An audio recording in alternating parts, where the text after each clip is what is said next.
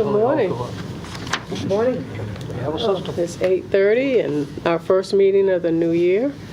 Want to just say welcome to the new year, and also welcome to those board members where this is their first meeting perhaps or of the new year. We also want to recognize Councilman Glover. Thank you for joining us. All right. Gail, if you would. Certainly. David Harrington. Here. Herman Covey. Here. Mark Gardner. Here. Landon Moore. David Holly. Here. Laura Bellin. Present. Mark Munson. Hello. Shannon Glover. Here. Derek Challenger. Solomon Ashby. Here. Elizabeth Gooden. Present. Cheryl Spivey. Here. Landon Moore. Here. We do have a quorum. Thank you so much. Want to give opportunity for Councilman to have a few words if you choose. No, I basically just want to say thank you guys for having me. Looking forward to listening and learning and helping in any way that I can. All right, thank you, sir. All right, Gail sent the minutes out in advance. Hopefully you've had a chance to read them, provide her any feedback. But at this time, I'll just open the floor for approval or amendments.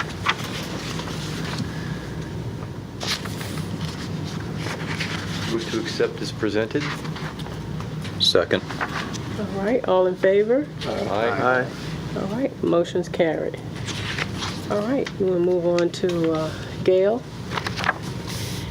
Busy report for applications for retirement and people that have passed. We have 2 applications from Fire and Police. Michael Jackson, Fire Captain, and Derek Giddens, Fire Captain. You have the details of their pension information in front of you. And reported deaths and beneficiaries, James Thames, Fire and Police. There's a 50% spousal annuity that's being paid. Cornell Holt, Supplemental, 50% spousal annuity being paid. Patrick Duckwall, Fire and Police, 50% spousal annuity. Bertha Whitehead, she was the spousal beneficiary, she passed. Willie Hayden, spousal beneficiary of Supplemental, has passed. Ann Orell was beneficiary of Supplemental, passed.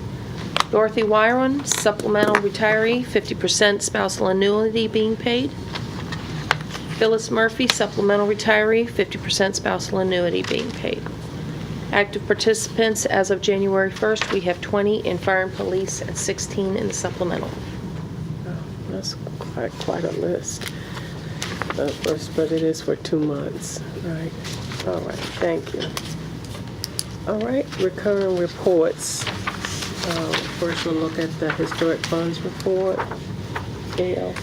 There's 2 months worth. There's the ending of October, which you would have usually received in December.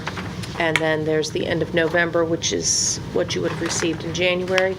I'm just going to read off the end of November one.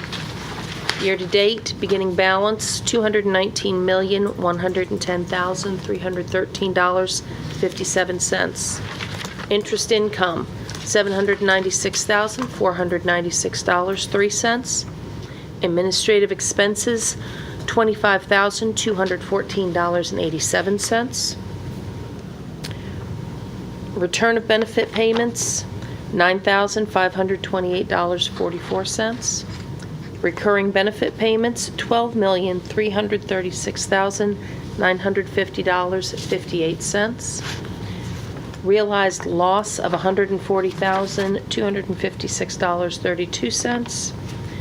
Unrealized loss, $3,216,528.22. This is a net change decrease, $14,912,925.52, leaving us with an ending balance of $204,197,388.05, which is $27,785,649.27 less than the same time last year.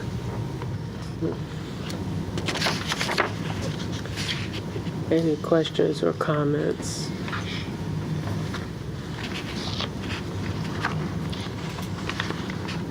All right, we'll move on to the OPEB trust status.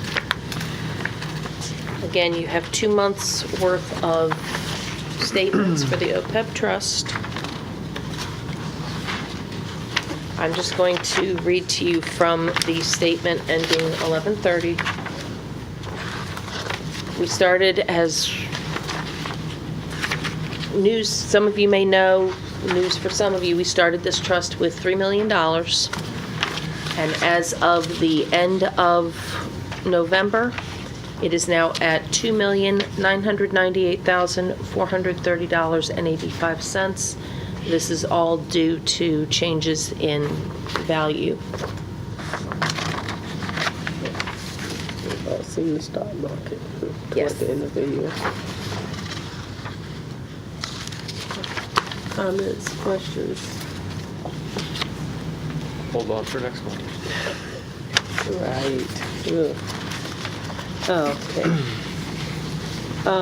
New business.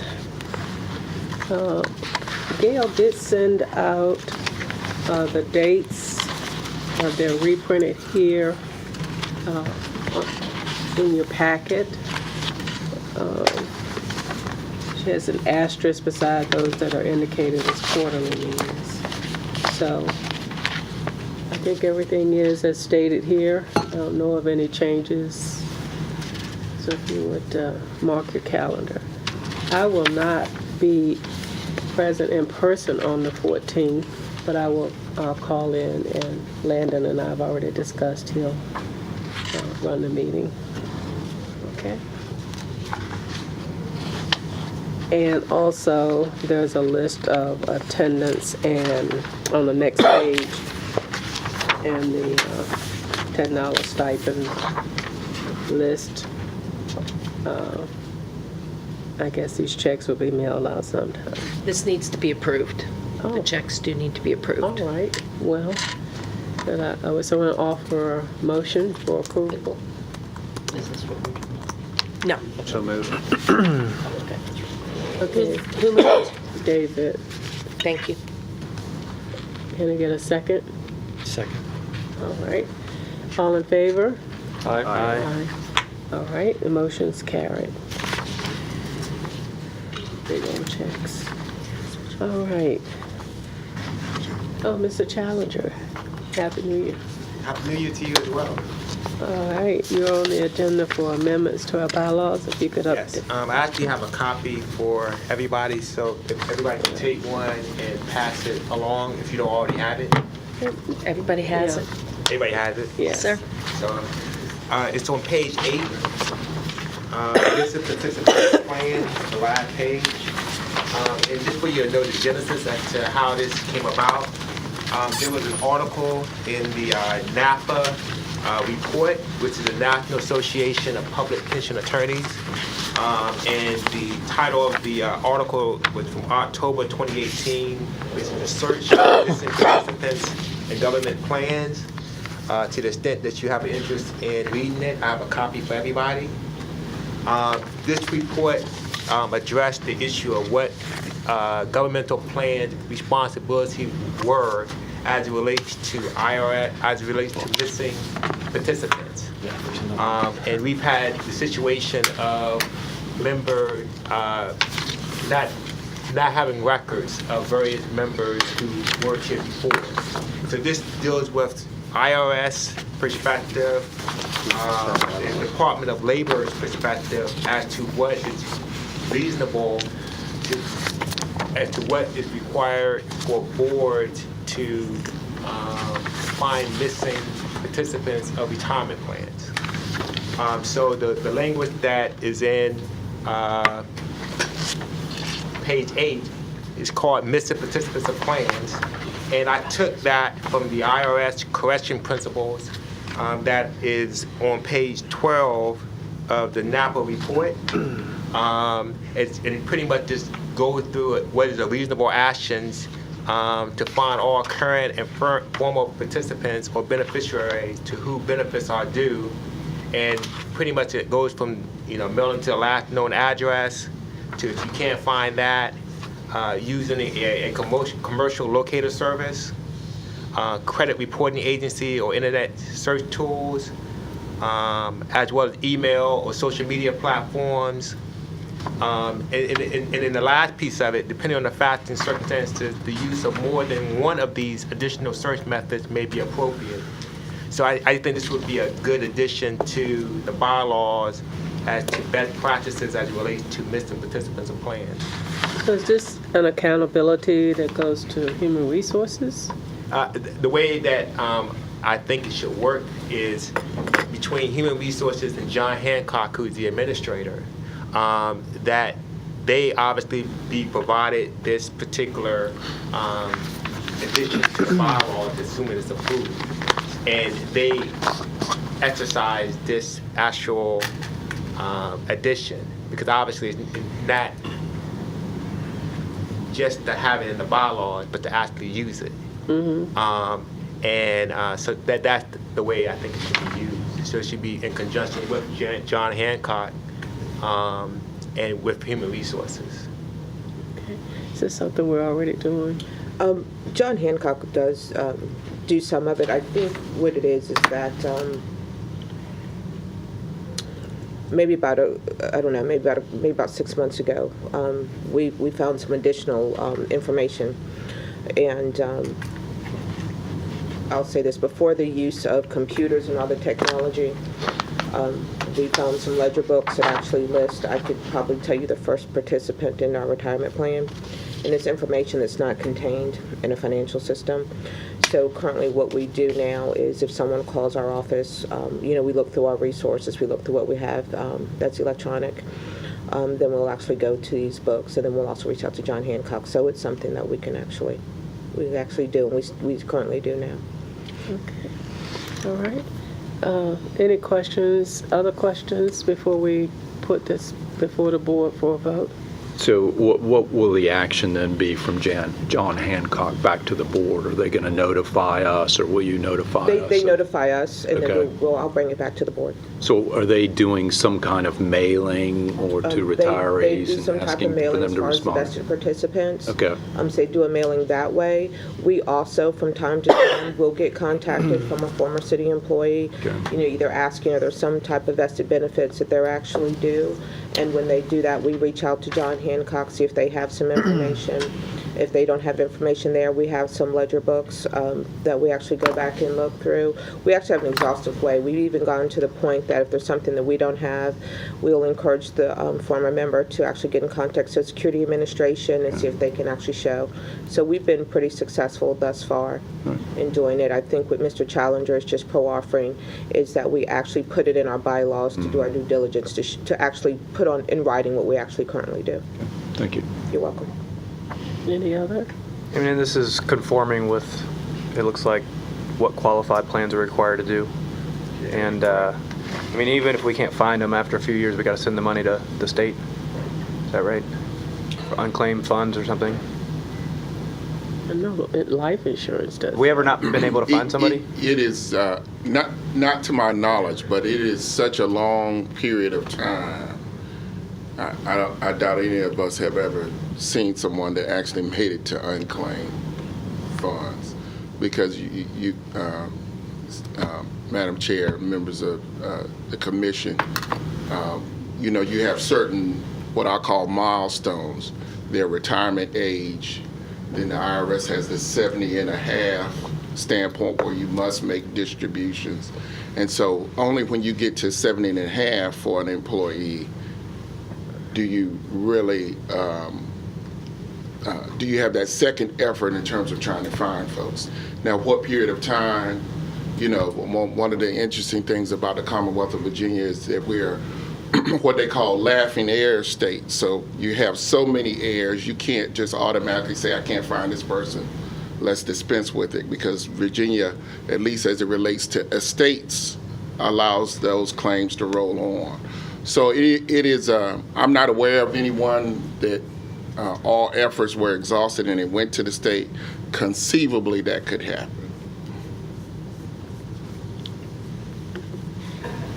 All right, if no other questions, I'll entertain a motion to, I entertain a motion. So moved. Second. And to be clear, the motion is to adopt the amendment? Motion is to adopt amendment to the bylaws for finding people. All right, so the missing participants of the plan is adopted. All in favor? Aye. If all are in favor? Aye. Aye. Any opposed? All right. Yes. Madam Chair, I have a motion I would like to make to go into closed meeting. And this is actually something that's very similar to the issue that we just got finished discussing, but since it involves an actual member, and I want to discuss that, I have to make a motion to go into closed meeting. I move to go into closed meeting as allowed by Virginia Code 2.23711 and 2.23712 pursuant to the applicable exemption, Virginia Code subsection 2.23711A8, for the purpose of consultation with legal counsel employed by a public body regarding specific legal matters requiring the provision of legal advice by such counsel, and pursuant to Virginia Code subsection 2.23705.11 and 2.23711A1 for discussion of personnel records containing information concerning identifiable individuals as it relates to eligibility for retirement benefits.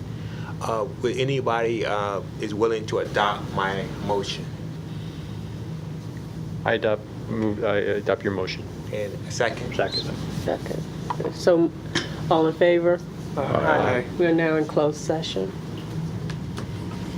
Meeting requirements under the Virginia Freedom of Information Act, and only such public business matters as were identified in the motion by which the closed meeting was convened were heard, discussed, or considered in the closed meeting just concluded. So, we here certified. Somebody needs to adopt the motion. Is somebody willing to adopt that motion? So moved. Second. Okay. All in favor of adopting the motion, say aye. Aye. Any opposed? Motion carries, or adoption carries. All right, thank you. We are now back in session. Moving on with the agenda, need an update from the investment committee.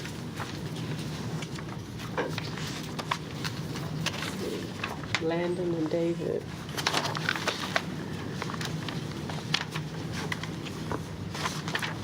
You mean to go? So we did have an investment committee meeting last week to discuss the overall relationship with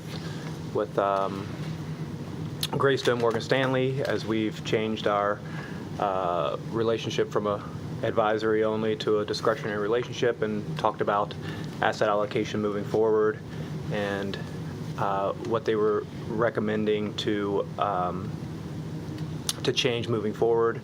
There was some discussion of those items in full year results. When Greystone comes here next week, we'll have a presentation to the fuller board of what those recommendations are, and although I'm saying recommendations, now that they have discretionary authority, they can proceed with these changes without approval of the board, so they'll be reporting as to what changes they have made and what they plan to make. There is one item that we'll probably need to vote on next meeting, and that they're recommending a small change to the investment policy. Maybe before the next meeting we can circulate something to the board in the packet that explains what that change is. I can say that I'm in support of it, and I think that considering that we just started this new relationship, it's a very small sort of change to the investment policy to give them a little bit more discretion. I think in sort of good faith going forward, we should allow them to make that change to the portfolio so so that we can, They can do their job. they can do their job. Thank you, David. And that's really it. We also discussed, some things about funded status and long-term outlook, and I think we'll discuss that next meeting too. You have anything to add? I think that's a pretty good summary. I was very comfortable with the way the conversation went. I was visiting via phone, and I'm impressed. We all need to keep in mind this is the beginning of a new relationship as far as allowing them discretionary control over the assets. So the proof is in the pudding, so, this time next year, we'll have a much better feel of what the success is. But I was personally very comfortable with the conversation, the way it went.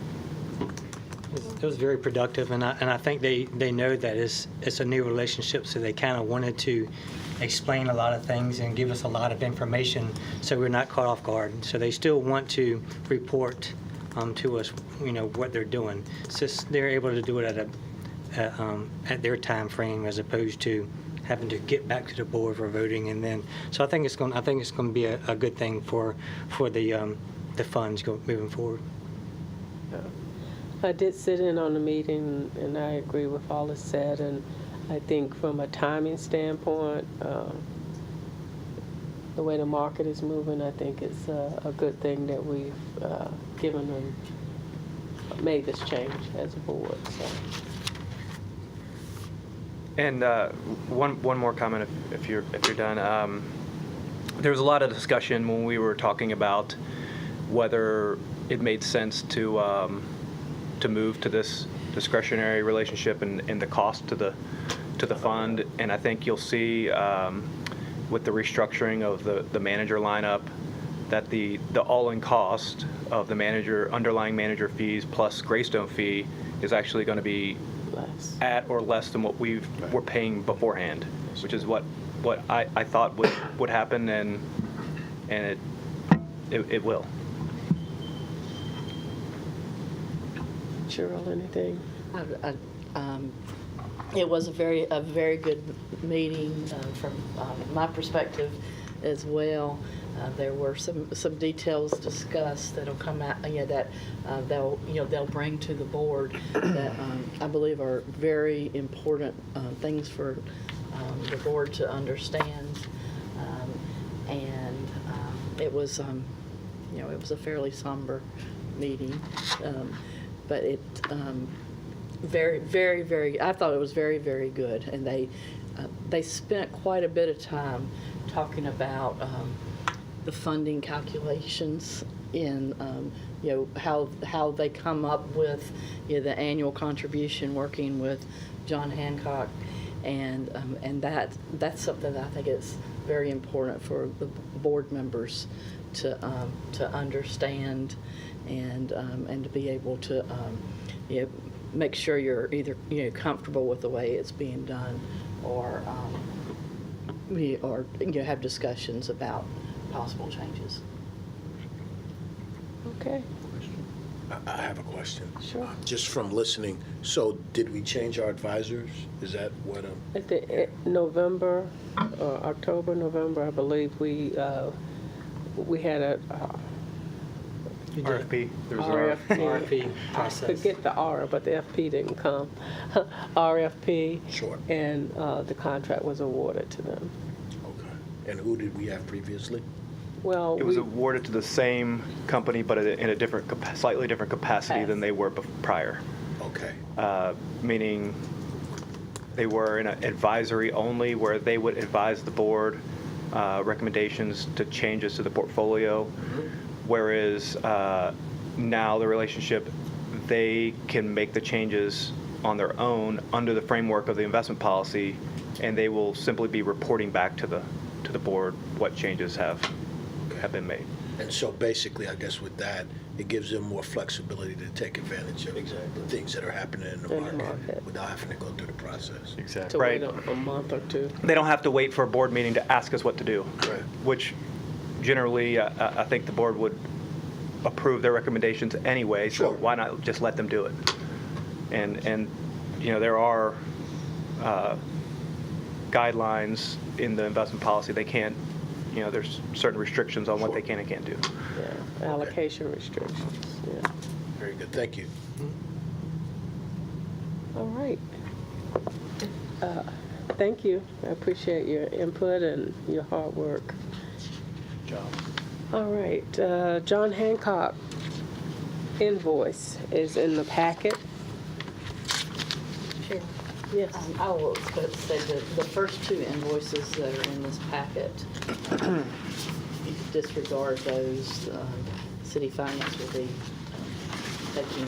taking a look at those, and if they need to be paid, I'll recommend they be paid from City Finance budget as opposed to the retirement board budget. That's fine with us. Great. And so we may come back with them next month. but Next just- month. Oh, all right. Thank you, Cheryl. All right. Final item on the agenda. Board education. It's the beginning of the year, and throughout the year, we have the opportunity, John Hancock and our investment group have offered to provide us with topics. If we have a topic that we want more information on, or in a formal way, we add maybe an hour. Last time we did it, I believe it was, we did it by phone, so the expense wasn't. It was on fiduciary responsibility. It was in the December meeting, and the trainer was via the phone. Right. So I don't know if you have any suggestions at this time, but I just wanted to, right at the beginning of the year, put the offer out there, and as you think about it, let us know what topics or subject matter. And we have many more experts now as part of our board, so perhaps there's something you would like to bring to the board from a training standpoint, just from your observations. Yes. I actually had developed a PowerPoint presentation for the purpose of fiduciary training that we had scheduled sometime at the end of 2018, but it was some type of weather-related issue that happened that prevented it from having the meeting. So to the extent that it meshes with the schedule, I'll be more than willing to do that presentation. I know next month we have the quarterly investment meeting, but if there's an interest from the board to have me do that presentation in March, I'll be more than happy to do so. As a new member, I would appreciate I would that. as well. Okay. All right. And let me add one other caveat. In the interim, there is another, in conjunction with what Mr. Challenger is saying, in the interim, there is another National Association of Public Pension Attorneys Conference, which I intend to attend.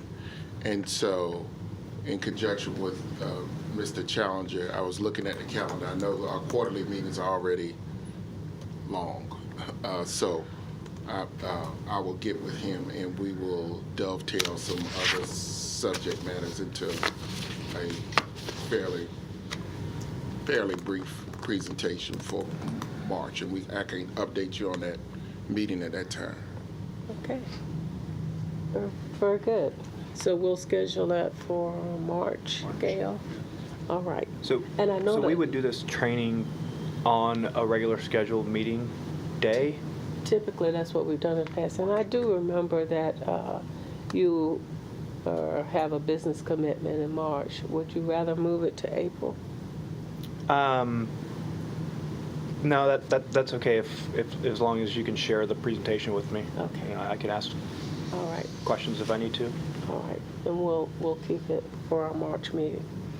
All right. Are there any other items? I've got one housekeeping question, if I may. Being one of the new guys, I drove in the parking garage, a lot of red hats on these meters. Are we allowed to park there, or is that with our little sticker things, or not? The red hats are typically for city council and school board meetings, which are in the evening. If your meeting lines up with that, it'd probably be the best place for you to park for this morning meeting. Okay, all right.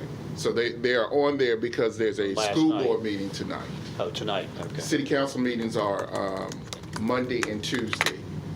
School board is Thursday, and I know they're having one tonight. Yeah, that one today. I think they have something going on during the day today. Oh, do they? Yes, there's something. But typically, if you see those out there in the morning, it is not more often than not, it's not a morning meeting. So that will probably be the most appropriate place for you to pull into. That's good to Okay, know. great, thank you. 'Cause it was, And I will, between now and then, I will confirm that and make sure Gail sends that out. I'll check with the clerk's office to make sure. But yes, typically in the morning, that is not. If we get towed, we know the right people. to take That's it. right. That's right. You can come straight to the city attorney's office and we'll get it handled. The biggest thing is to be careful of the people coming out of the marina when you're coming in, if I may. Yeah, that's a And- zoo down It's there. better. Well, yes. There's an exit on that. Ms. Gooden's is about to tell you, it's just far better Out this way. to come in on the rotunda. Yeah. Okay. Come in to the parking deck on the rotunda. While that work is being done, I don't come in and out on the rotunda. Thank you. all right, if there's no other business, our next meeting is February 14th. Happy Hearts Day. And we'll see you at that time. I'll entertain a motion to adjourn. Motion to adjourn. All in favor? Aye. Motion carries. Thank you very much. Congratulations, Derek. I was glad to see you.